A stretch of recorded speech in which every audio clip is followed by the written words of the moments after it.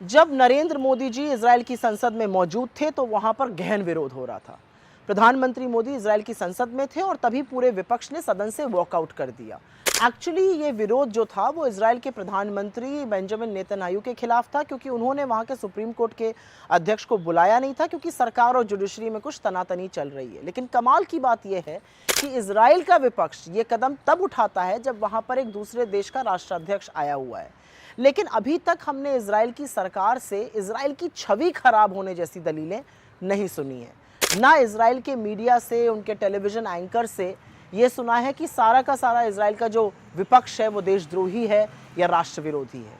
सब कुछ छोड़कर एक बात सोचिएगा, अगर ये हमारे यहाँ हो गया होता तो कल्पना कीजिए क्या कहा जाता, किस तरह के रिस्पॉन्स आते, किस तरह की बातें कही जाती। सबसे पहले तो पूरे विपक्ष को देशद्रोही घोषित कर दिया गया होता।